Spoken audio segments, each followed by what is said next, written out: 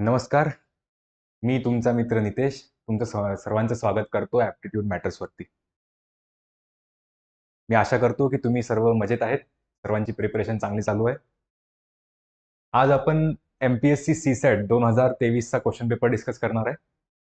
तर त्याच्यामधले काही इम्पोर्टंट क्वेश्चन्स जे एक्झाममध्ये विचारले गेले होते, त्यांचं डिस्कशन आज आपण करूया. ठीक आहे? तर सुरुवात करूया एक पॅसेजपासून. पहिले एक पॅसेज बघूया. त्याच्यानंतर मग आपण काही रिझनिंगचे प्रश्न सुद्धा याच्यात बघणार आहेत. रिझनिंगचे प्रश्न बघितल्यानंतर त्याच्यामध्ये आपले जे सेंटेन्स आणि कन्क्लुजन ज्याला आपण म्हणतो शेवटचे जे 5 प्रश्न असतात. त्या प्रश्न आपल्याला पॅसेज दिलेला असतो. पॅसेज बघून आपल्याला डिसाईड करायचं असतं की कुठला ऑप्शन त्याच्यापैकी करेक्ट आहे.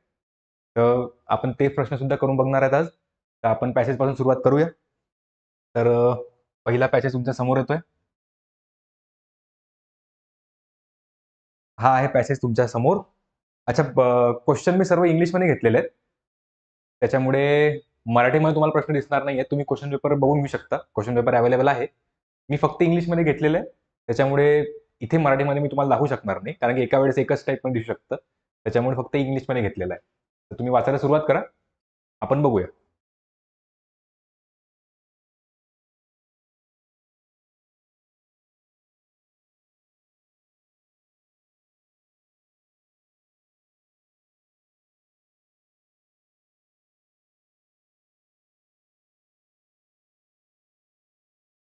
एकदा पॅसेज पूर्णपणे वाचून घ्या. हा पहिला पॅराग्राफ आहे आणि याच्यानंतर दुसरा पॅराग्राफ पण याच्यात.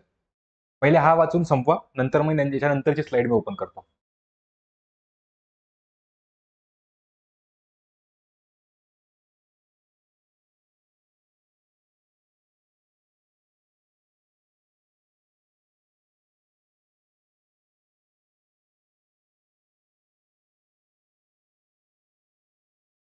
चला वाचून घेऊया. माझ्यासोबतच वाचायला सुरुवात करा. आता बघा, हे आरसीच्या याच्यामध्ये एक गोष्ट लक्षात ठेवा तुम्ही, की आरसीमध्ये एक गोष्ट ही लक्षात ठेवायची, की जर आरसी तुम्हाला वाचून जर समजला, तर मग या टाइपच्या प्रश्नांमध्ये काहीही कठीण जाणार नाही तुम्हाला. आता याच्यामध्ये तुम्ही जर बघाल तर टोटल 80 प्रश्न असतात सी-सॅटच्या एक्झामिनेशनमध्ये, पेपर 2 मध्ये. त्याच्यापैकी जर 50 प्रश्न टोटल तुमचे आरसीमध्येच जातात. ज्याच्यापैकी 45 प्रश्न तुमचे इंग्लिश, मराठी दोघी लँग्वेजमध्ये आहेत आणि एक पॅसेज तुम्हाला फक्त मराठी लँग्वेजमध्ये दिला जातो. तर या प्रकारे हे 50 मार्क असतात आणि उरलेले 30 मार्क तुमचे रिझनिंग प्लस तुमचं थिंकिंग कसे आहेत, तुमचं थिंकिंग आणि त्याला आपण क्रिटिकल रिझनिंग पण म्हणतो, त्याच्यावर डिपेंड असतात. तर याच्यासाठी तुमचं रीडिंग असणं गरजेचं आहे. ज्या लोकांचं डेलीचं रीडिंग नाही आहे इंग्लिशमध्ये किंवा मराठीमध्ये त्यांना त्रास होणार याच्यात.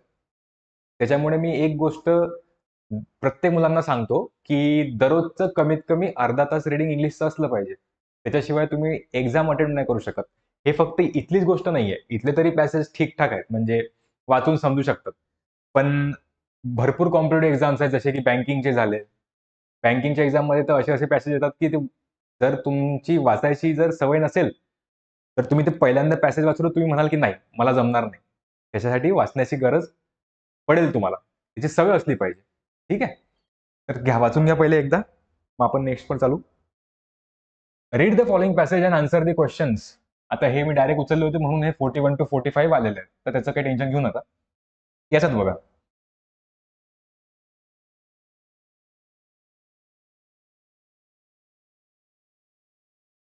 आता याच्यामध्ये काय दिलेलं आहे? रेड सिलेक्ट करावं लागेल. ठीक आहे. State of the Indian economy. Indian इकॉनॉमीची अवस्था अशी सांगितलं याच्याबद्दल. तर त्याच्याबद्दल आपण पहिले वाचून घेऊया काय दिलेलं आहे. मग त्याच्यानुसार आपण डिसाईड करू की काय करायचं आणि काय नाही. ठीक आहे?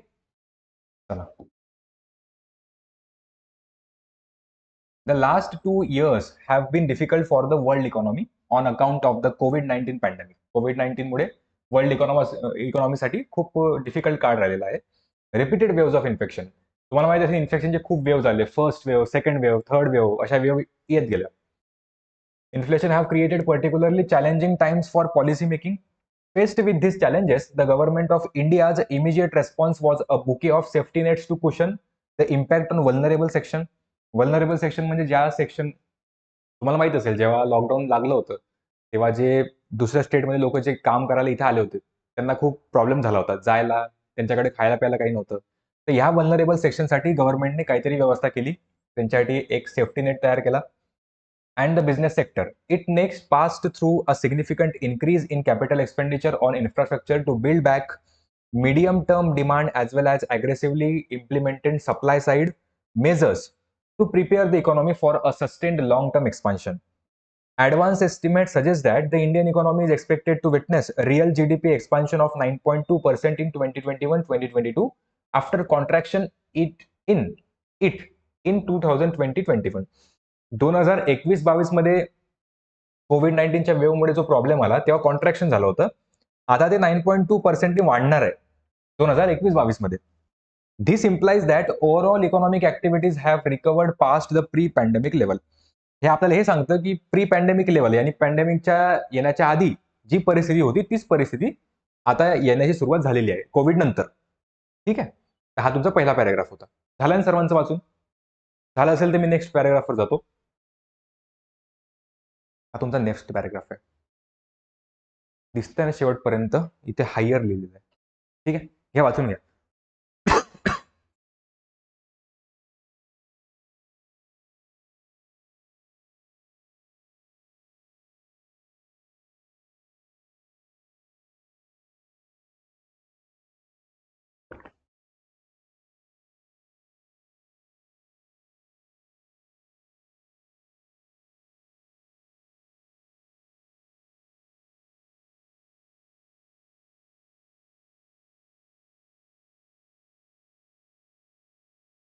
दिलेल्या almost all indicators show that the economic impact of the second wave in quarter 1. अच्छा, Q1, Q2, Q3, Q4 4 quarters असतात वर्षामध्ये माहिती आहे ना. Q1 was much smaller than the experience during the full lockdown phase in 2020-2021. Even though the health impact was more severe, agriculture and allied sectors have been least impacted by the pandemic. पॅन्डेमिकमुळे जर सर्वात कमी कुठल्या सेक्टरला जर फरक पडला असेल तर तो तुमचा कुठला आहे? Agricultural and allied services. Allied म्हणजे जे ॲग्रिकल्चरशी रिलेटेड होते. त्या सेक्टरमध्ये काही विशेष प्रॉब्लेम आला नाही कोविडमुळे. In 2021, after growing 3.6% in the previous year, advanced estimates suggest that the GV of industry, including mining and construction, will rise by 11.8% in 2021-22 after contracting by 7% in 2020-21. 11.8% नी वाढेल कॉन्ट्रॅक्ट झाल्यावर, म्हणजे या कोविडच्या वेळेस 7% वर आला होता, आता तो 11.8% वर जाईल. The service sector has been hit the hardest by the pandemic, especially segments that involve human contact. This sector is estimated to grow by 8.2% this financial year, following last year's 8.4% contraction. Total consumption is estimated to have grown by 7% in 2021-2022, with significant contributions from government spending. Similarly, gross fixed capital formation exceeded pre-pandemic levels on the back of ramped up public expenditure on infrastructure. Exports of both goods and services have been exceptionally strong so far in 2021-2022, but imports also recovered strongly with recovery in domestic demand as well as higher. ठीक आहे.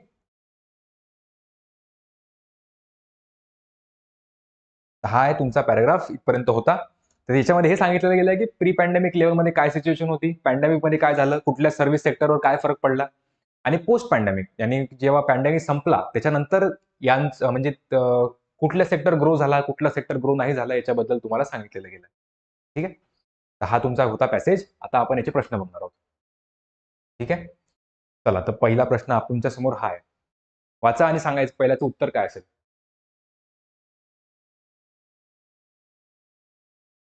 वाचा, व्यवस्थितपणे वाचा आणि सांगा.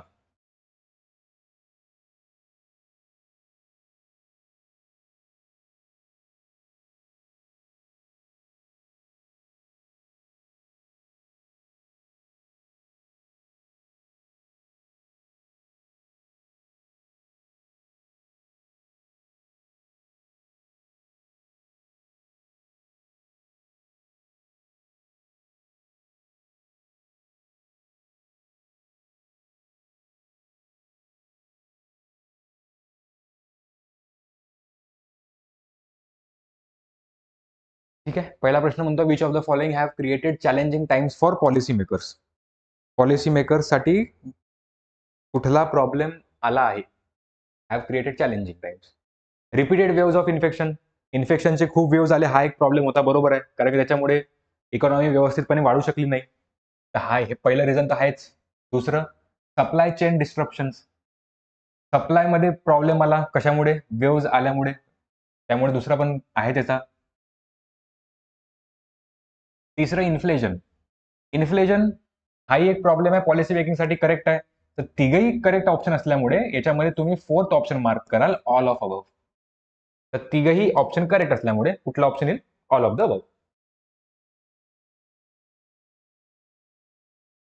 Which measures have been implemented by the government of India to prepare the economy for a sustained long-term expansion? सांगा. Bouquet of safety nets to vulnerable section of society and business sector, हा option बरोबर आहे. Significant increase in capital expenditure on infrastructure, सांगा option B correct आहे का? तर correct आहे. तुम्हाला सेकंड पॅराग्राफ मध्ये दिलेलं आहे की कॅपिटल एक्सपेंडिचर वाढवावं लागेल इन्फ्रास्ट्रक्चरमध्ये, तर हेही ऑप्शन बरोबर आहे. To build back medium term demand, हा मीडियम टर्म डिमांडला वाढवावं लागेल. लास्ट पॅराग्राफमध्ये बघाल, सेकंड पॅराग्राफमध्ये. Aggressive implemented supply side measures, तर हेही करेक्ट आहे.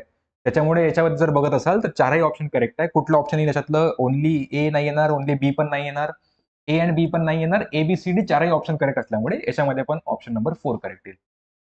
ठीक आहे, करून घ्या.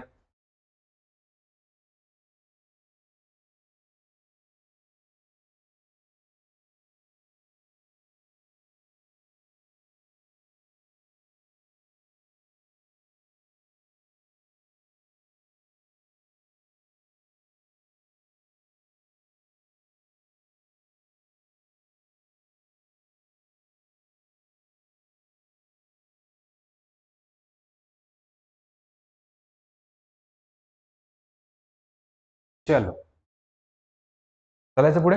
नेक्स्ट क्वेश्चनवर जाऊया. Question number 3. Advanced estimates suggest that the Indian economy is expected to witness real GDP expansion of 9.2% after contracting in 2022-2021. This implies that. हे तुम्हाला काय सांगतं? पहिले कॉन्ट्रॅक्शन झालं ना, आता वाढणार आहे. Overall economic activity has recovered past the pre pandemic level, बरोबर आहे. Almost all indicators show that the economic impact of the second wave in was much smaller than full lockdown phase in 2022-2021. हे दिलेलं आहे. The impact on health sector was not severe during first wave. Health सेक्टरवर तर उलट जास्त प्रभाव पडला होता फर्स्ट वेव्ह मध्ये. तर हे ऑप्शन तर होऊ नाही शकत. त्याच्यामुळे 1 आणि 2 करेक्ट आहे. तो ऑप्शन 4 येईल तुमचं. याच्यामध्ये पण ऑप्शन 4 करेक्ट, 1 आणि 2. Okay.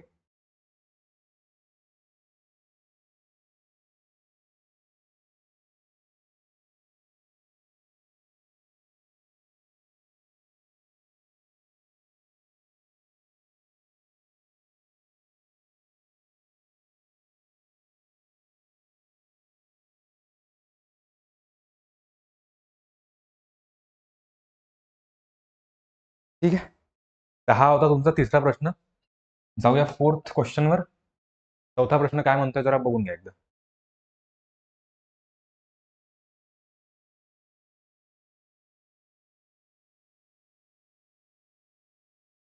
In the year 2021-2022, which productive sector of India will show the better performance? Agriculture आणि अलाइड सेक्टर. कुठलं सेक्टर चांगलं परफॉर्मन्स दाखवेल? ऍग्रिकल्चर आणि अलाइड सेक्टरवर तर फरकच पडला नव्हता कोविडचा विशेष, त्याच्यामुळे पहिला ऑप्शन तर नाहीये. Industry including mining and construction, हे बरोबर आहे. सर्व्हिस सेक्टर नाही, ऑल ऑफ द अबव पण नाही, ऑप्शन नंबर 2 करेक्ट त्याच्यात. Industry including mining and construction हे जास्त ग्रो होईल बेटर कोविड नंतर. Number 5. Total consumption is estimated by grow by 7% because of significant contribution from government spending. गव्हर्नमेंटने spending वाढवलेत म्हणजे खर्च करणं वाढवलेलं आहे, करेक्ट आहे. Gross fixed capital formation exceeded pre pandemic level, हेही बरोबर आहे. Exports of both goods and services have been exceptionally strong, हेही बरोबर आहे. त्याच्यामुळे याच्यामध्ये तुम्ही मार्क कराल ऑल ऑफ द अबव. त्याच्यामध्ये ऑप्शन कोणतं करेक्ट येईल? याच्यात ऑप्शन करेक्ट येईल तुमचं number 4, all of the above. जर या पॅराग्राफमध्ये जर तुम्ही जर विशेष काय नोटीस केलं सांगा बरं एकदा. या पॅसेजमध्ये तुम्ही विशेष काय नोटीस केलं? जर विशेष काही नोटीस केलं असेल तर ती ही गोष्ट आहे की 5 प्रश्न केले, 5 प्रश्नांमधून 4 प्रश्नांची उत्तर ऑल ऑफ द अबव्ह होते, 4 आणि बाकी फक्त एकाच प्रश्नाचं उत्तर 2 आलेलं आहे. बाकी सर्वांचं 4 होतं. गरजेचं नाहीये की प्रत्येक पॅसेजमध्ये असं असेल. हा होता तुमचा पॅसेज. एक पॅसेजवर तुम्हाला 5 प्रश्न विचारले जातात. त्याच्यापैकी आपण 5 प्रश्न केलेले आहेत. आता एक गोष्ट लक्षात घ्या. त्यांना रीडिंगची प्रॅक्टिस नाहीये, त्यांना याच्यात प्रॉब्लेम येऊ शकतो. पुन्हा बऱ्याच मुलांना ग्रामरमध्ये प्रॉब्लेम असतो. तर अशा मुलांसाठी आपल्या ॲपवरती, ज्याची लिंक तुम्हाला डिस्क्रिप्शनमध्ये मिळून जाईल ॲप्टिट्यूड मॅटर्सवरती, तिथे आपला इंग्लिशचा कोर्स लॉन्च झालेला आहे ऑलरेडी. तिथे तुमच्यासाठी ग्रामर, कॉम्प्रिहेन्शन, आरसीची भरपूर प्रॅक्टिस करून घेतलेली आहे. तर ज्या लोकांना वाटतंय की तो कोर्स परचेस करावा, त्यांच्यासाठी काही फ्री व्हिडिओज पण आहेत त्याच्यामध्ये. ते तुम्ही 2-3 फ्री व्हिडिओज बघा. तुम्हाला वाटलं तर कोर्स परचेस करा. एवढं तुम्हाला सांगू शकतो की तो कोर्स जर तुम्ही केला तर तुम्हाला इंग्लिशमध्ये कुठल्याही टॉपिकमध्ये काही प्रॉब्लेम येणार नाही. कोर्स ऑलरेडी आहे ॲपवर. ती लिंक तुम्हाला डिस्क्रिप्शनमध्ये मिळून जाईल. तुम्ही कोर्स बघू शकता तिथून. तर आरसीसाठी आणि ग्रामरसाठी खूप चांगला कोर्स आहे. तुमच्या हिशोबाने तुम्ही डिसाईड करू शकता. काही फ्री व्हिडिओज पण आहेत, ते बघा आणि तुम्ही नंतर डिसाईड करा. ठीक आहे? तर हा आपला पॅसेजवाला खेळ झाला. आता याच्यानंतर आपण नेक्स्ट टाईपच्या क्वेश्चनवर जाऊया. काही रिझनिंगचे आपण डिस्कस करूया. ठीक आहे. हा पहिला प्रश्न आहे. तर या प्रश्नांचं उत्तर भरपूर लोकांना माहिती आहे, भरपूर लोकांना नाही माहिती. बघूया काय म्हणणं आहे याचं. वाचून घ्या एकदा. मला दिसतंय का त्याच्यात व्यवस्थित?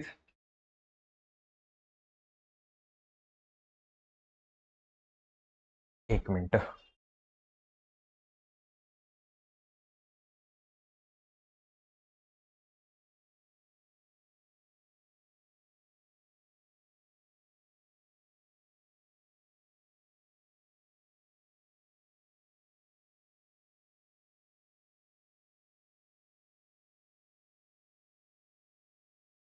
ठीक आहे. याच्यामध्ये थोडा ब्लर होऊ शकतं. तर मी थोडं इथे करून टाकेल, काही प्रॉब्लेम नाही. इथे तुम्हाला एरिया दिलेला आहे असा. याच्यामध्ये एरिया दिलेला आहे वाय ॲक्सिसवर आणि ही लेंथ दिलेली आहे. ही लेंथ आहे. ही लेंथ आहे एक्स ॲक्सिसवर आणि वाय ॲक्सिसवर एरिया आहे. प्रत्येक याच्यामध्ये तसंच आहे. एरिया वाय ॲक्सिसवर, लेंथ एक्स ॲक्सिसवर. आता पहिले वाचून घेऊया काय दिलेलं आहे. Nannu wants to create a rectangular pond in his field. म्हणजे त्याच्या कुठे जागा असेल तिथे रेक्टँग्युलर पॉन्ड त्याला तयार करायचा आहे. He has not eight decided on the exact dimensions. त्याने किती डायमेन्शन्सचा बनवायचा हे त्याने अजून डिसाईड केलेलं नाही आहे. But its length will be twice its width. Length जी असेल ना ती डबल असेल विड्थ पेक्षा. तर length is equal to 2 times width and will be between 2 metres and 6 metres inclusive. Length जी असेल ना ती 2 मीटर टू 6 मीटर असेल. जर लेंथ 2 मीटर आहे तर विड्थ किती असली पाहिजे? 1 मीटर, कारण की लेंथ त्याचा डबल आहे. जर लेंथ 6 मीटर आहे तर विड्थ किती असली पाहिजे? तर विड्थ तुमची 3 मीटर असली पाहिजे. जर लेंथ 4 मीटर आहे तर विड्थ किती असली पाहिजे? त्या केसमध्ये विड्थ तुमची 2 मीटर असली पाहिजे. ठीक आहे? तर ज्या हिशोबाने लेंथ वाढताय त्याच हिशोबाने तुमची विड्थ पण वाढणार आहे. समजत आहे ना? जशी विड्थ वाढेल तशी लेंथ पण वाढेल, कारण की लेंथ काय विड्थ पेक्षा डबल आहे. क्लिअर? आता याच्यात बघा. हे इन्क्लुझिव्ह 2 मीटर आणि 6 मीटर इन्क्लुझिव्ह, म्हणजे 2 पण असू शकतं, 6 पण असू शकतं. There will also be a strip of concrete. एक कॉन्क्रीटची स्ट्रीप असेल of width 0.5 metre around the edges. Edges of the corner म्हणजे एज म्हणजे कोपरा. As illustrated in below diagram which is not to scale. म्हणजे हे तुम्हाला स्केल करायची गरज नाही, फक्त दिलेलं आहे. Select the graph that best represents relation between the surface area of the pond and the area of the concrete edge vary with the length of the pond. या 4 पैकी कुठला ऑप्शन तुम्ही या इन्फॉर्मेशन नुसार करेक्ट मार्क करू शकता?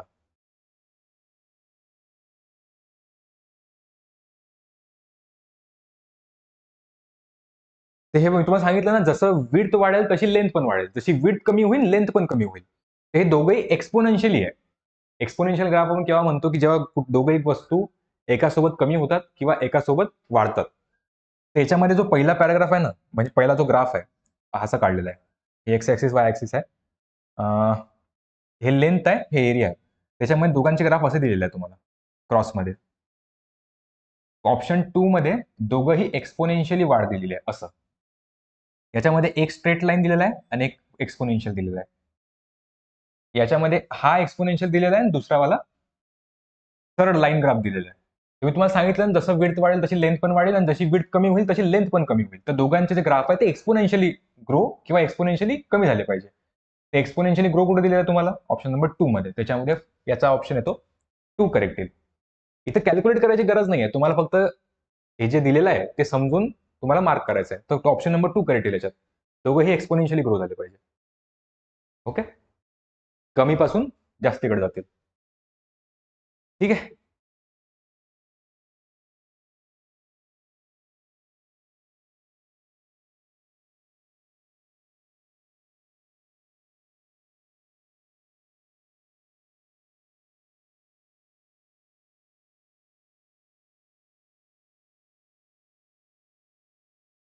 चलो जाऊया नेक्स्ट वरती.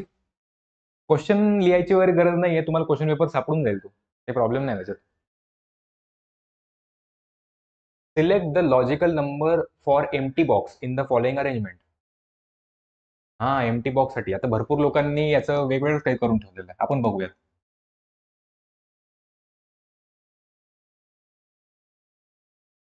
27, 29, 31 तर हे 33 यायला पाहिजे. ठीक आहे, असं जर डायगोनली जर मी बघायला गेलो तर 27, 29, 31, 33. तसंच मी इकडे कोपऱ्या कोपऱ्यामधून बघायला गेलो तर 24, 26, 26, 28, 28, 30 तर 33 इथं फॉलो होतोय. ऑप्शन 4 मार्क करू शकता.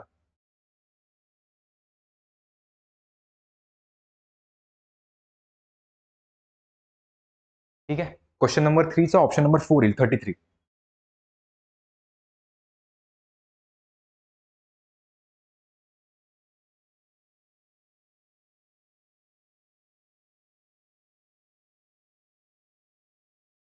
चला number 4. Das family members, husband, wife, 2 children, ages 7 and 13. Das family members, फॅमिलीमध्ये कोण कोण आहे? तर हस्बंड आहे, वाईफ आहे, 2 चिल्ड्रन आहे, 2 चिल्ड्रन आहे. एक 13 वर्षाचा आहे, एक 7 वर्षाचा आहे. आणि and mother of wife who is her 60s. तर आता ही जी वाईफ होती ना, हिची मदर आहे, म्हणजे या हस्बंडची मदर इन लॉ असेल. Correct. Who is in her 60s. 60s म्हणजे 60 वर्षाची आहे किंवा 60 वर्षाच्या वरती आहे. ओके, आता काय इन्फॉर्मेशन दिली एकदा बघून घ्या. Are going to the science park program this weekend. ते एका वीकेंडमध्ये ते सायन्स पार्क प्रोग्रामसाठी चालले. ठीक. The parents will attend both days with the elder child. Parents will attend both days. Both days म्हणजे 2 दिवस. 2 दिवसाचा डेटा तुम्हाला इथे दिलेला आहे.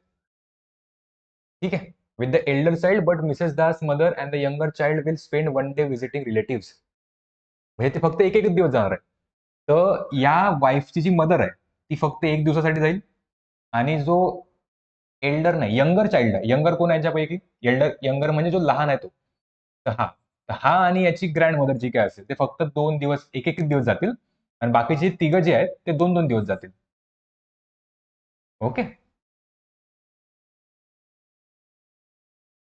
Ticket prices are listed in below table. तर तिकीटचे प्राइजेस तुम्हाला टेबलमध्ये दिलेले आहे. Select the amount spend by the Das family. तुम्हाला काय करायचं याच्यामध्ये? या दास फॅमिलीने काय सिलेक्ट द अमाऊंट स्पेंड. हा, टोटल अमाऊंट किती स्पेंड केली या दास फॅमिलीने ऍट द चीपेस्ट. हे जे तिकीटचे रेट आहे खूप चीपेस्ट आहे. आता विचार करा तुम्ही, ऍडल्ट. आता ऍडल्ट मध्ये कोण कोण येईल? हस्बंड येईल, वाईफ येईल. ठीक आहे. आता हस्बंड वाईफ साठी काय प्रश्न आहे? 2-2 दिवस चालले आहेत ते. तर 2 दिवस 20 रुपयाच्या हिशोबाने. ठीक आहे ना, हे 40 होऊन जातील. नंतर हा पण 2 दिवस चालला यांचा एल्डर, तर याचे 15 होऊन जातील. ओके. आता चाइल्ड जो आहे तो 7 वर्षाचा आहे. तर अंडर 12 और ओव्हर 55, जे 12 वर्षापेक्षा कमी आहे आणि 55 वर्षापेक्षा जास्त आहे त्यांना कन्सेशन लागू होणार. ठीक आहे. तर कन्सेशन वाले रेट हे दिलेले आहे तुम्हाला 7 आणि 14. तर 1 दिवसासाठी याचा रेट काय असेल? 7. आणि हे तुमचं किती झालं? 55 आणि 7. आणि ह्या मदरचा जो रेट असेल त्यांचा काय असेल? ज्यांचा रेट असेल 1 डेचा ॲडल्टचा 12. याची तुम्हाला टोटल करायची आहे. 12, 40, 15 आणि 7. तर 55 आणि 19. 55 आणि 19 म्हणजे तुमचं 74. हा त्यांचा टोटल रेट येईल. तर ऑप्शन नंबर 4 करेक्ट आहे. ठीक आहे? सोपा प्रश्न होता.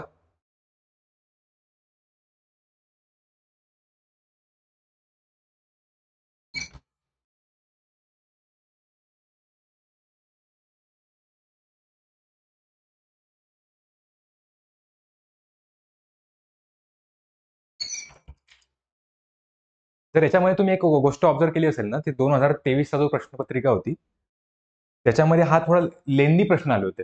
प्रश्न जास्त कठीण नव्हते, पण लेंदी होते. आणि आणि याच्यामध्ये महत्वाचं म्हणजे हे, की तुम्ही कुठला प्रश्न सिलेक्ट केला पाहिजे सॉल्व्ह करण्यासाठी, हे खूप महत्वाचं होतं. भरपूर मुलं खूप लेंदी प्रश्नांमध्ये वेळ घालवत गेले आणि नंतरचे जे सोपे प्रश्न होते, ते त्यांना त्यांच्यासाठी वेळ नाही भेटला. हे खूप गरजेचं आहे. वेळ मॅनेजमेंट, टाईम मॅनेजमेंट. ठीक आहे? तर हा क्वेश्चन नंबर 4चा ऑप्शन नंबर 4 करेक्ट आहे, 74. ओके? चला नेक्स्टवर जाऊया. नंबर 5. वाचून घ्या पहिले, मग बघूया आपण याचं उत्तर.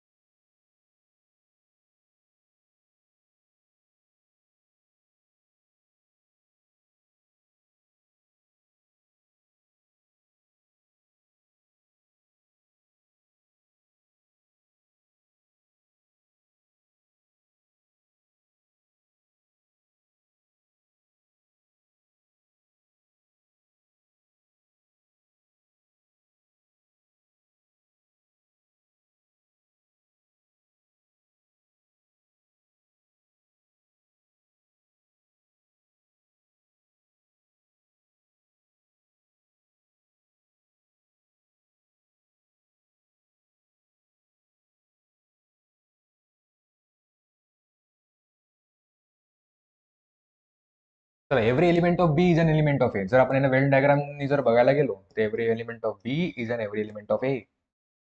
सम elements of C are elements of A. तर सी चे काही एलिमेंट ए मध्ये आहे.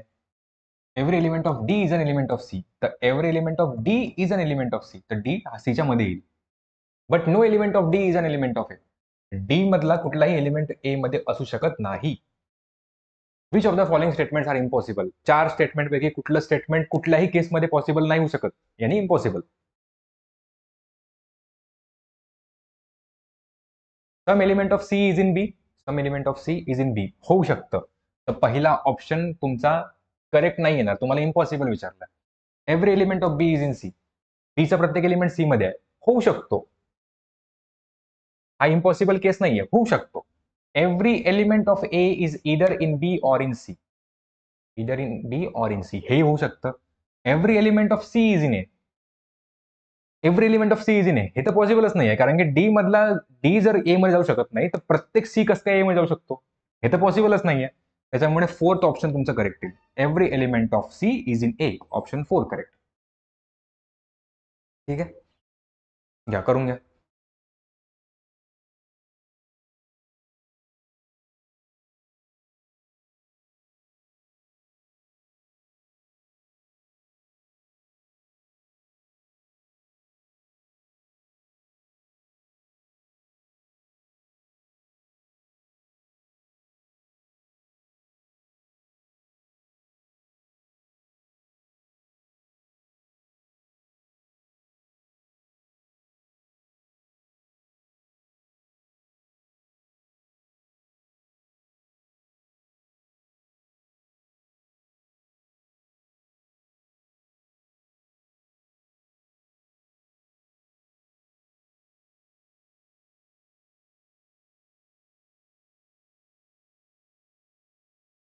नेक्स्ट वर जाऊया.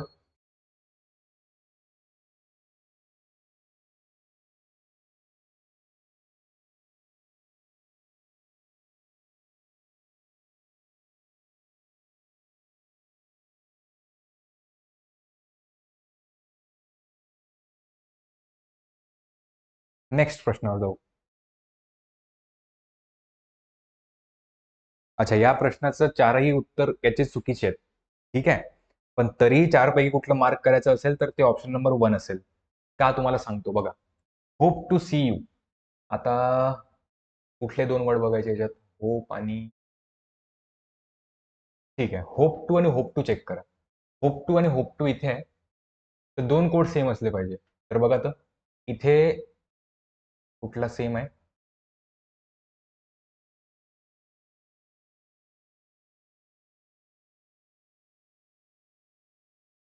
Hope to come. ठीक.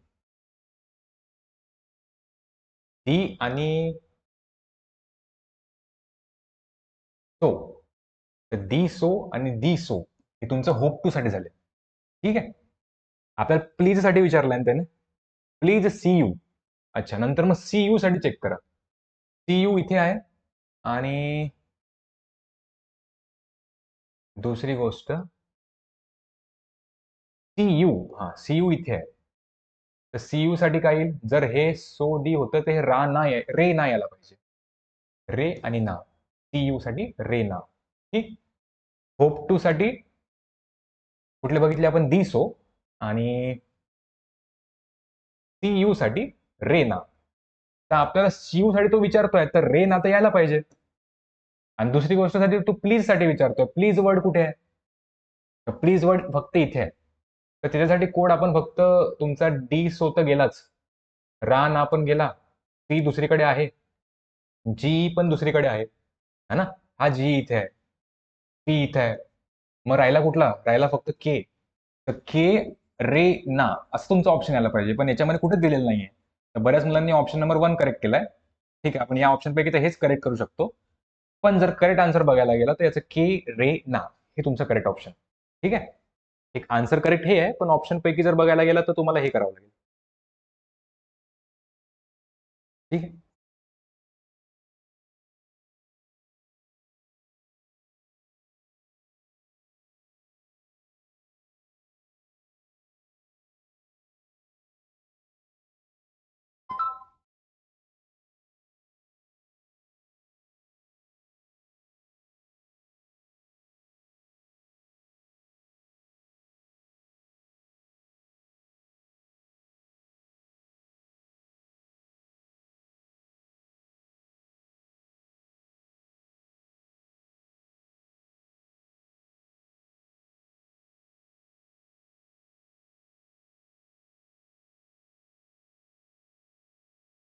चल नेक्स्ट वर जाऊया.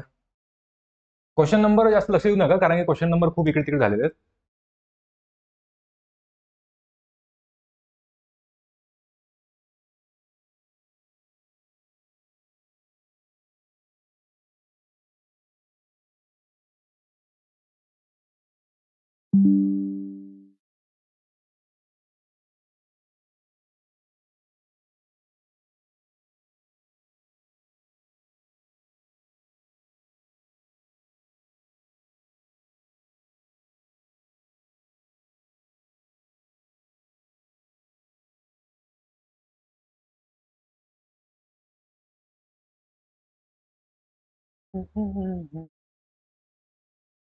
चला, काय दिलेलं आहे या प्रश्नामध्ये जरा बघून घ्या. काय विचारलंय तुम्हाला? पण दिसतंय का चित्र याच्यातलं क्लिअर काही? ठीक आहे. दिसतंय, काही प्रॉब्लेम नाही. ते फक्त त्याच प्रश्नामध्ये प्रॉब्लेम आला होता. तो पॉन्ड बनवायच्या प्रश्नामध्ये, है ना? ठीक आहे, याच्यात बघूया काय म्हणतोय. Study the below triangular card. अच्छा, हे ट्रायंगुलर कार्ड दिलेलं आहे. It is folded along lines. म्हणजे लाईन्स मधून फोल्ड केलेलं आहे. And join to make a pyramid. एक पिरॅमिड बनवलेला आहे. जेव्हा पिरॅमिड बनेल ना, तो असा बनेल ट्रायंगुलर शेपमध्ये. Below are top views of this pyramid. तर पिरॅमिडचे टॉप व्ह्यू दिलेले आहे. Alphabets BGRY represent colours blue, green, red आणि yellow respectively. Select the odd top views of this pyramid from given option. याच्यापैकी ऑड कुठला येईल हे तुम्हाला फाइंड आउट करायचं आहे. आता बघा कसं करायचं. सर्वात आधी त्याला लाईन्सनी फोल्ड करायचं आहे आणि हे शेवटी असं मिळालं पाहिजे. आता बघा काय होईल. पहिले समजा तुम्ही वाय फोल्ड केला. वाय जो फोल्ड केला आर मध्ये, मग बी फोल्ड केला आर मध्ये, मग ही शेप अशी होणार की नाही मला सांगा फक्त. तुम्ही वाय फोल्ड केला आरच्या मागे आणि बी पण फोल्ड केला आरच्या मागे. हे दोघं आरच्या मागे चालले गेले. शेप आर राहिला, आर इथे राहिला, जी इथे राहिला. जेव्हा तुम्ही याला पिरॅमिडमध्ये बनवाल, पिरॅमिड म्हणजे तुम्हाला ट्रायंग्युलर शेप पाहिजे, तर तुम्ही काय कराल? हा जो जी आहे ना, तो फोल्ड करार आर करे. त्याच्यापेक्षा हे सोडा. जी ऑलरेडी आहे, तुम्हाला हा शेप पाहिजे. आर त्याच्या वरती नेणार तुम्ही, फोल्ड करणार तर जी वरती जाईल तो. जी वरती जाईल म्हणजे जी गेला मागे, म्हणजे जी डिसअपिअर झाला. मग तुम्हाला कुठलं दिसतंय? फक्त आर दिसतोय, जी डिसअपिअर झालेला आहे. जी तुमच्या ऑप्शनमध्ये यायलाच नाही पाहिजे. कुठे कुठे आहे जी? ए मध्ये आहे तर हा नसणार, बी मध्ये नाही आहे, सी मध्ये आहे त्याच्यामुळे हेही ऑप्शन नसणार. डी मध्ये पण जी दिसतोय, पण जी नाही दिसायला पाहिजे मला, कारण की तो हाईड झालेला आहे, लपलेला आहे, त्याच्यामुळे ऑप्शन डी पण नाही दिसणार. तर ए सी डी ऑप्शन तर होऊ शकत नाही. तो ऑप्शन 1 तर नाही. ऑप्शन 2 बी और सी म्हणतो. बी असू शकतं पण सी नाही, त्याच्यामुळे ऑप्शन 2 पण नाही. नंबर 3 इदर डी और ई. अच्छा, डी मध्ये तर जी आहे ना, म्हणजे ते ऑप्शन नाही आहे. त्याच्यामुळे ओनली ई ऑप्शन येईल, कारण की याच्यामध्येच फक्त जी नाही आहे. त्याच्यामुळे तुम्ही ऑप्शन 4 म्हणू शकता, ओनली ई. ठीक आहे. क्वेश्चन नंबर 7चं ऑप्शन नंबर ई करेक्ट येईल. ऑप्शन नंबर 4 करेक्ट येईल, ओनली ई. ठीक, करून घ्या, एकदा समजून घ्या. याच्यामुळे तुम्हाला समजता आलं पाहिजे की कशा प्रकारे फोल्ड केलं गेलेलं आहे.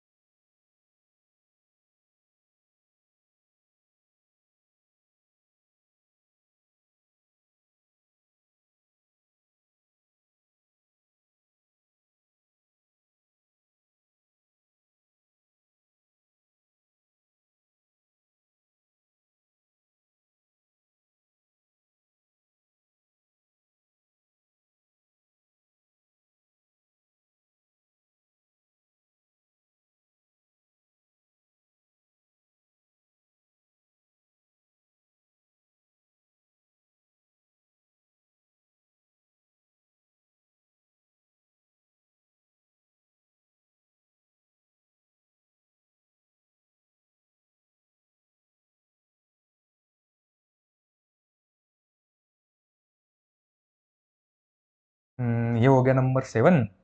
आता जाऊया आपण नंबर 8 वर.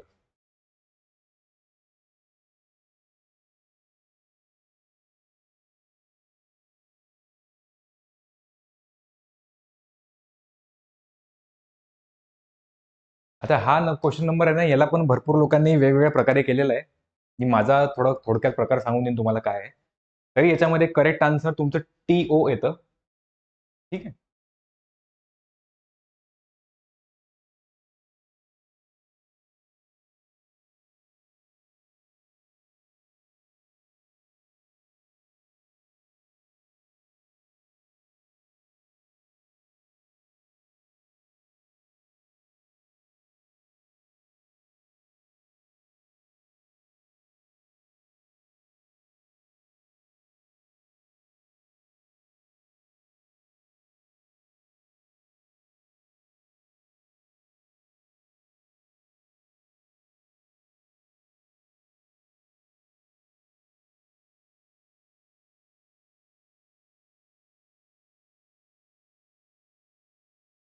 चला, मोटोवो. आता 3 लोक आहेत. मोटोवो who belong to 3 different communities participated in a dancing competition and one of them won the trophy. तिघांपैकी एक ट्रॉफी जिंकला. They belong to communities namely Koki, Poki and Toki. Okay. Members of Koki community always make true statements. All members of Koki community always make untrue statements, and all members of Toki community always makes true and untrue statements alternatively. म्हणजे या तिघांपैकी मो, टो आणि वो पैकी एक जण दोघे statement correct म्हणतोय, दुसरा जो आहे तो दोघे स्टेटमेंट चुकीचे म्हणतोय, यानी की फॉल्स म्हणतोय, आणि तिसरा जो आहे तो एक स्टेटमेंट बरोबर बोलतोय, दुसरं स्टेटमेंट चुकीचं बोलतोय. तर अशा प्रकारे आहे. They made following statements when reporter asked them to comment. Mu काय म्हणतो, if Wo had not disturbed me by laughing loudly while dancing, I would have won the trophy. Wo always speaks the truth. Wo is the winner. आता वो काय म्हणतो, I was not laughing to disturb Mo. हा सांगतोय की मी मोला disturb करण्यासाठी हसत नव्हतो. तो वोन द ट्रॉफी. तो म्हणतो की मो वोन द ट्रॉफी, वो is not the member of poke community. Select the option that indicates the person who वोन द ट्रॉफी. तिघांपैकी ट्रॉफी जिंकलं कोण, मो, वो की टो. आता याच्यात बघा तुम्ही, वो जो म्हणतो ना की I was not laughing to disturb Mo, trophy कोण जिंकला ऍक्च्युली, टो वोन द ट्रॉफी. इथं सांगितलेलं गेलं आहे की टो जो आहे तो ट्रॉफी जिंकलेला आहे. तर याने हा जो आहे ना टो, तर हा खरं बोलतोय. वो जो आहे तो चुकीचं बोलतोय, कारण की एक जण जर दोघं स्टेटमेंट बरोबर बोलतोय तर दुसरा जो आहे मो तो चुकीचं बोलतोय दोघं स्टेटमेंट. आणि तिसरा जो आहे कुठला राहिलेला तुमचा तो तो एक स्टेटमेंट बरोबर बोलतोय, एक स्टेटमेंट चुकीचं बोलतोय. तर ट्रॉफी जिंकली कोण, तो वोन द ट्रॉफी. हे दोघं, ह्या जो बोलणार आहे कोण बोलणार आहे वो, तो दोघे स्टेटमेंट करेक्ट म्हणतोय. तो कोण जिंकला, हू वोन द ट्रॉफी, तर तो वोन the trophy. Option number 3 correct येईल. तर अशा प्रकारे तुम्हाला ते जज करावं लागेल. ठीक आहे, option number 3 correct. To to म्हणा किंवा टो म्हणा, जे काय नाव असेल ते.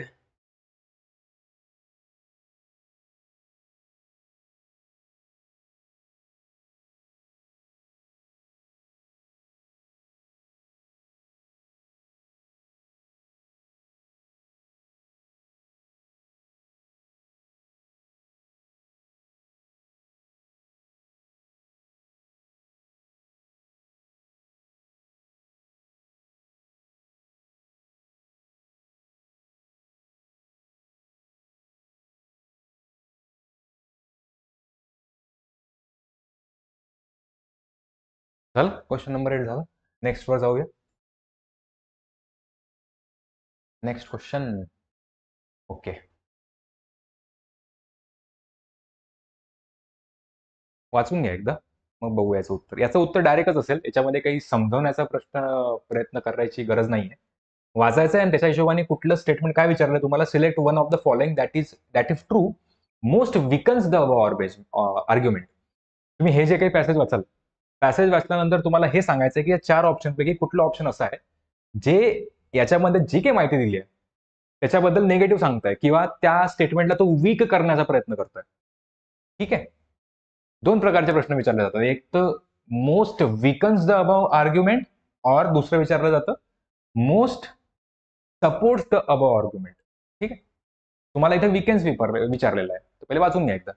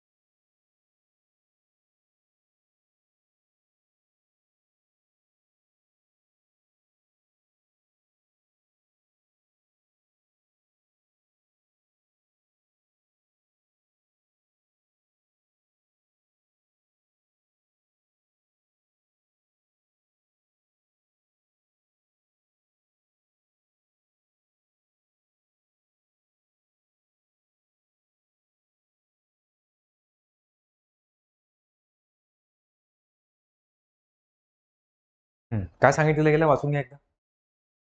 काय म्हणतोय प्रश्न.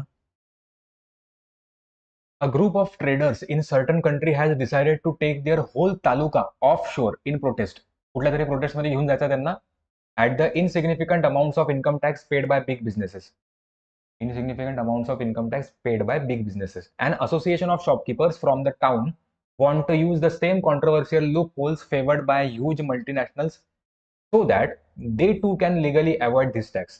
One giant multinational, for example, has been branded immoral for transferring profits out of the country and into the other countries, where they receive favorable tax deals. But the shopkeepers of the town cannot have it both ways.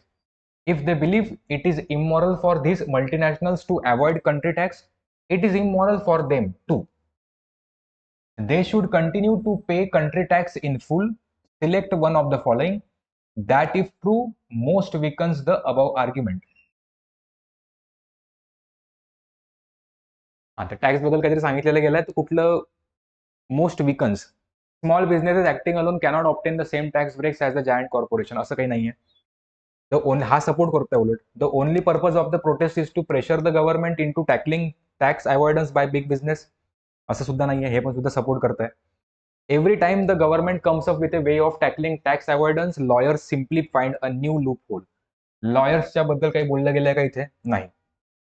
नंतर fourth काय म्हणताय, one of the town traders found that last year he paid 7 times more corporation tax than one multinational companies. असं काही दिलेलं आहे का? नाही. हे जे आहे ते विकन करतात तुमच्या अबव आर्ग्युमेंटला. तो ऑप्शन नंबर 4 करेक्ट आहे याच्यात. क्वेश्चन नंबर 9चा 4 करेक्ट होईल.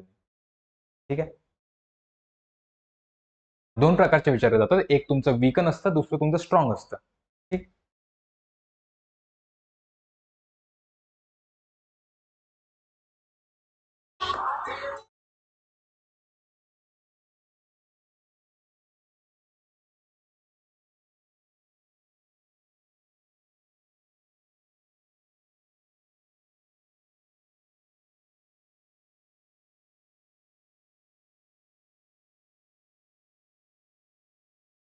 ठीक आहे. ते स्टेटमेंट आणि कन्क्लुजन टाईपमध्ये प्रश्न झाले. नेक्स्ट बघूया. नेक्स्ट मध्ये काय दिलेलं आहे? हा वाचा. हा सोपा प्रश्न आहे. खूप सोपा प्रश्न आहे. पण तुम्ही ट्राय करा, मग मी सांगतो.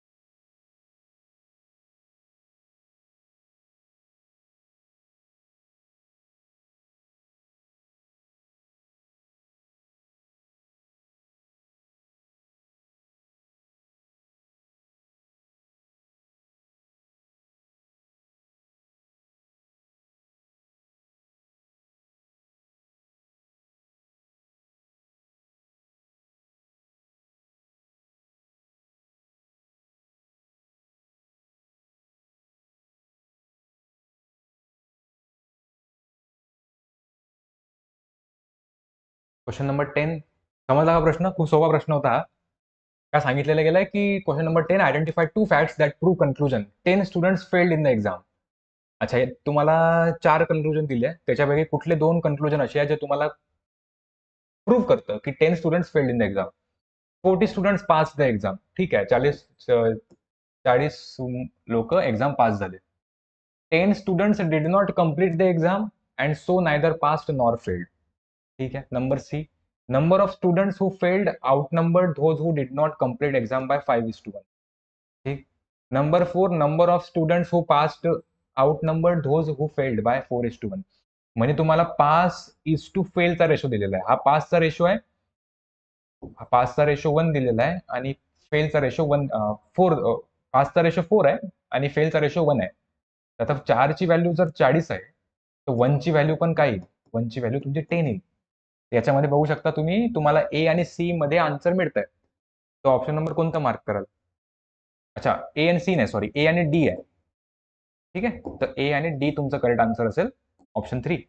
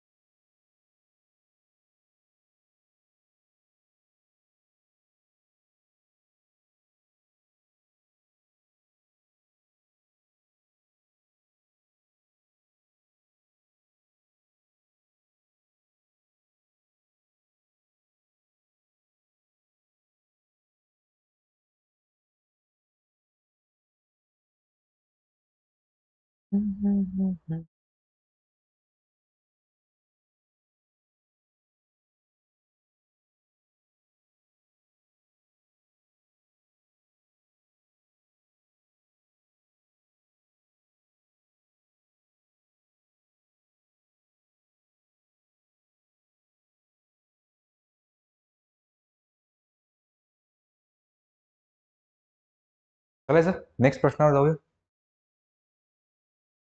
नेक्स्ट क्वेश्चन हा आहे तुमच्या समोर. Study the logic used for constructing image x. Okay, image x construction करण्यासाठी काय लॉजिक वापरलेलं गेलंय? Identify option which cannot be constructed along with dots using similar logic. या सिमिलर लॉजिकने तुम्हाला हे फाइंड आउट करायचं आहे की या चारपैकी कुठला ऑप्शन करेक्ट नसणार आहे. ठीक, बघून घ्या एकदा.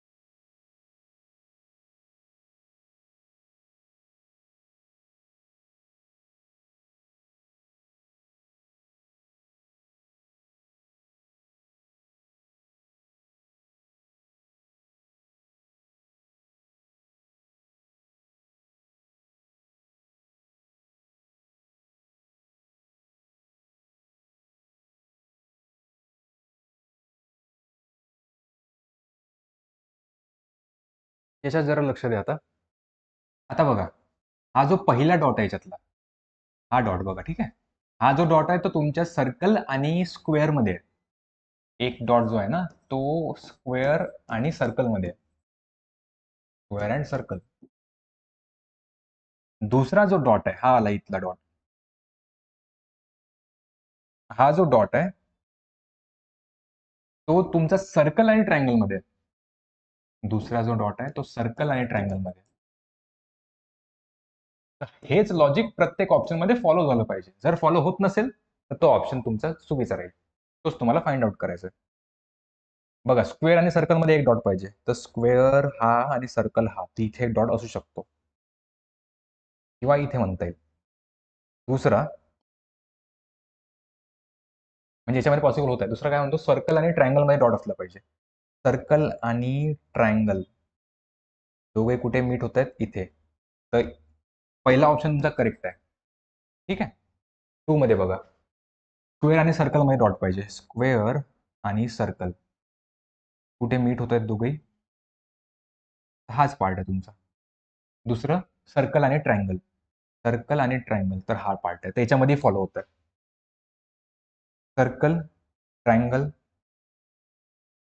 तर त्याच्यामध्ये स्क्वेअर सुद्धा यायला लागलाय बघा. सर्कल आहे, ट्रायंगल आहे. मी जर इथे डॉट घेतला तर त्याच्यामध्ये स्क्वेअर सुद्धा येतोय. पण मला स्क्वेअर आणि सर्कल मध्ये एक तर ट्रायंगल नकोय आणि सर्कल आणि ट्रायंगल मध्ये एक तर स्क्वेअर नकोय. पण इथे ते पॉसिबल होत नाहीये आणि तुम्हाला तेच विचारलंय की कुठलं तुम्ही कन्स्ट्रक्ट करू शकत नाही. तर ऑप्शन नंबर बी करेक्ट आहे. तुम्हाला डॉटच्या हिशोबाने चेक करण्याची गरज आहे. फोर्थ फॉलो होईलच, कारण की इथं ऑप्शन बी तुमचा इनकरेक्ट येतोय. ठीक आहे.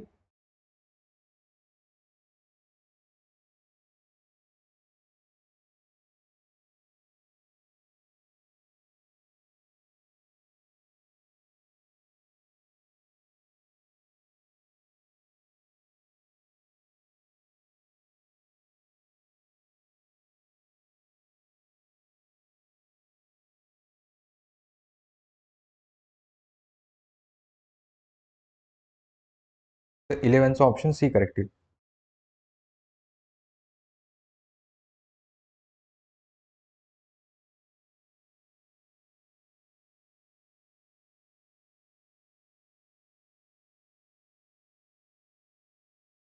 नेक्स्ट वर जाऊया. हे तुम्ही वाचून घ्याल. याचं प्रश्न, याचं उत्तर डायरेक्ट मिळून जाईल तुम्हाला. हे वाचून घ्या आणि तुम्हाला याचं डायरेक्ट उत्तर मिळून जाईल.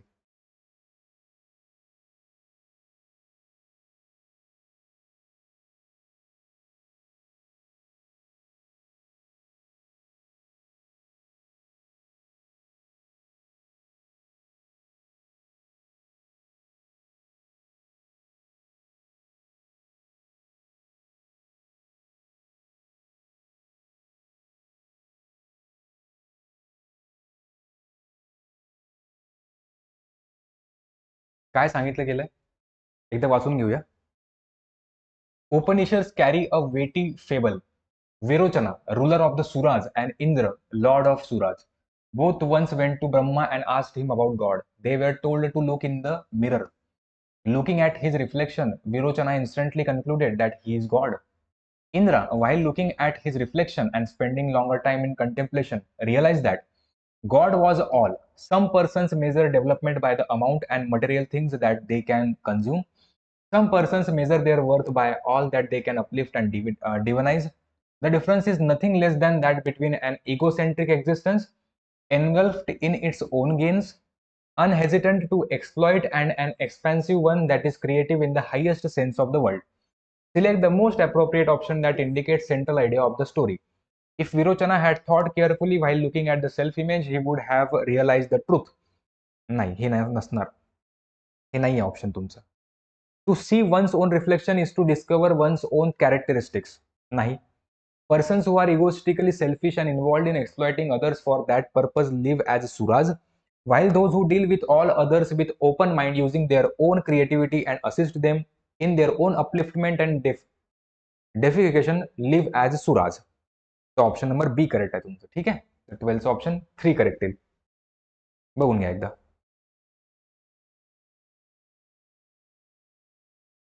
याला आपण पॅराग्राफ बेस्ड क्वेश्चन पण म्हणतो. पॅराग्राफ वाचायचा, त्याच्यावरून तुम्ही काय कन्क्लूड करू शकता हे तुम्हाला सांगायचं असतं.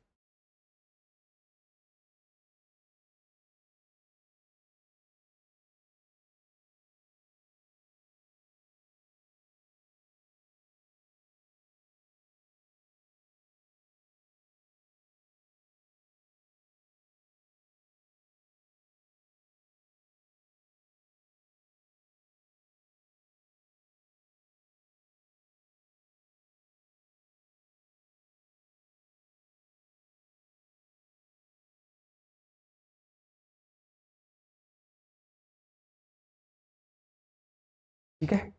तर हा होता नंबर 12. नेक्स्ट वर जाऊ. हे 4 आले तुमच्या समोर.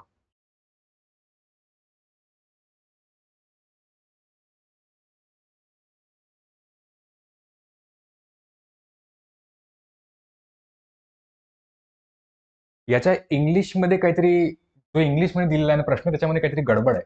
ठीक आहे. 4 लोकांबद्दल सांगितलेलं आहे, अन्ना, बीना, सियोना, डियाना. तर आपण यांचे फक्त इनिशियल लेटर घेऊया, ABCD. ठीक आहे.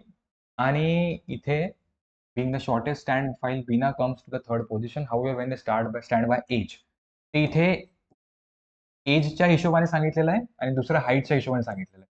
तर दोघंही आपण इथे पॉसिबिलिटी घेऊन चालूया. ठीक आहे. आता हाईट मध्ये तुम्हाला काय सांगितलेलं आहे? Siona being the shortest stands first. आता सियोना जी आहे ती शॉर्टेस्ट आहे, तर ती पहिली थांबेल. ठीक आहे. पहिला आपण सुरुवातीपासून टॉप टू बॉटम जाऊया. While Bina comes to the third position, तर फर्स्ट पोझिशन जर ही आहे तर सेकंड पोझिशन इथे, थर्ड पोझिशनला कोण येईल? Bina. However when the stand by age, जेव्हा एजच्या हिशोबाने उभे राहतात, Anna being younger stands first. तो एना, अन्ना नाही, Ena. Ena being younger stand first while Bina occupies extreme rear position. Rear म्हणजे सांगा, रेअर म्हणजे तुम्ही काय म्हणू शकता? रेअर म्हणजे सर्वात शेवटची पोझिशन. तर ही थर्ड पोझिशन होती, तर फोर्थ पोझिशन इथे येईल. Bina occupies extreme rare position. In both rows, Diana remains at the second position. अच्छा, दोघे पोझिशनला इथे राहतील. राहिलं कुठलं? इथे सी राहिलं आणि इथे ए राहिलं. विचारलाय select the person who is immediate younger than Bina. Younger म्हणजे एजच्या हिशोबाने. बीनाच्या यंगर मध्ये कोण येईल? तर असं तुम्हाला इंग्लिशमध्ये विचारलंय, पण मराठीच्या प्रश्नामध्ये जर वाचाल, जो इथे माझ्याकडे नाही आहे, त्याच्या हिशोबाने तुम्हाला हे विचारलेलं आहे.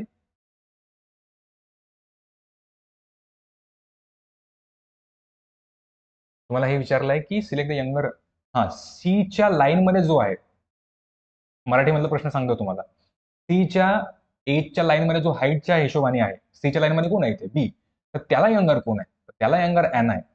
तो प्रश्न तुम्हाला मराठीत विचारला होता. इंग्लिशमध्ये इथे मिस्टेक केली आहे त्यांनी. त्याच्यामध्ये ऑप्शन तुमचा 4 करेक्ट येईल, एना. जो सीच्या लाईनमध्ये आहे त्याच्या यंगरमध्ये कोण येईल असं विचारलं होतं. तर सीच्या लाईनमध्ये बी आहे आणि बी पेक्षा यंगर कोण आहे? ए.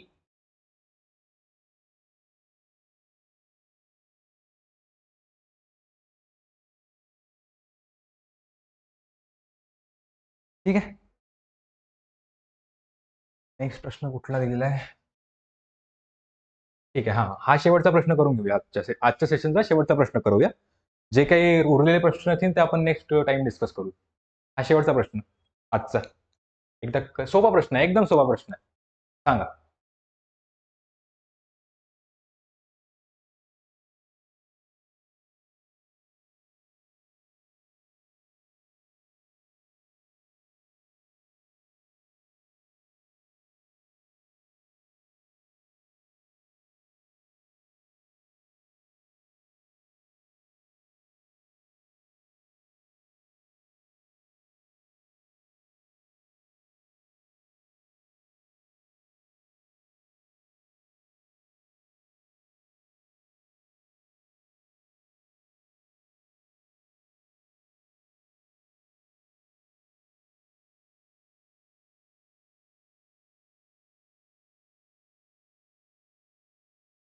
When I left for work, जेव्हा मी कामासाठी निघालो, the watch was showing a time 8 hours 27. चला एक क्लॉक ड्रॉ करूया. 8 hours म्हणजे 8 जवळपास इथे वाजलेले असतील. इथे मिनिट हँड आहे त्याचा, मिनिट नाही, अवर हँड आहे. 8 आसपास इथे वाजलेले. 8 वाजून 27 मिनिटं झालेले होते. म्हणजे 6च्या थोडं आधी असेल इथे, है ना? हा तुमचा मिनिट हँड. ठीक आहे. आता मिनिट आणि अवर हँड दोन्ही एक्सचेंज झाले. ओके, एक्सचेंज झाले. तर मिनिट हँड इथे चालला गेला आणि हा हँड इथे आला. त्याला आपण लहान मोठे करून घेऊ आता, कारण की दोघे इंटरचेंज झाले ना. तर हा लहान झाला आणि हा मोठा झाला. ओके. तर 6वर तो अजून जायचा बाकी आहे. 27 पास 6वर जाण्याचा बाकी आहे, म्हणजे 6 वाजायचे बाकी आहे. 20 minutes to 6 नाही. 27 minutes past 6. 6 वाजून 27 मिनिटं हे तर बिलकुल नाही. Exactly 33 minutes to 6. 6 वाजायला 33 मिनिटं बाकी आहे का? नाही. तो हा 8 वर आहे. 8च्या थोडं पुढे गेला असेल, कारण की हा जर इकडे आला तर हेही थोडं पुढे जाईल.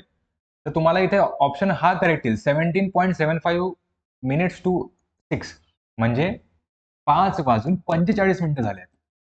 तर तुम्हाला इथे एक्झॅक्टली आन्सर नव्हतं सांगायचं. तुम्हाला इथे फक्त क्लोजेस्ट टाइम कुठला असू शकतो ते सांगायचं होतं. तर आणि संध्याकाळचे वाजलेत, म्हणून 17.75 minutes to 6. ठीक आहे. ऑप्शन नंबर 2 करेक्ट आहे. 15चा ऑप्शन 2 करेक्ट. 17.75 minutes to 6.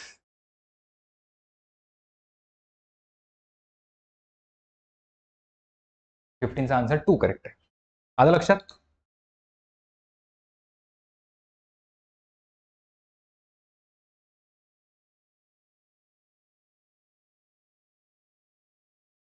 ज्या कुठल्या लोकांना रिझनिंग, ॲप्टिट्यूड, इंग्लिश किंवा जीए म्हणण्यापेक्षा जे बँकिंग अवेअरनेसचा जो पार्ट असतो, ज्या लोकांना करायची इच्छा आहे त्यांना ॲप्टिट्यूड मॅटर्सच्या ॲपवरती तुम्हाला कोर्सेस अवेलेबल आहे. ज्यांना इंग्लिशचा करायचा त्यांनी इंग्लिशचे करा, ज्यांना रिझनिंगचा करायचा आहे, ॲप्टिट्यूडचा करायचा आहे.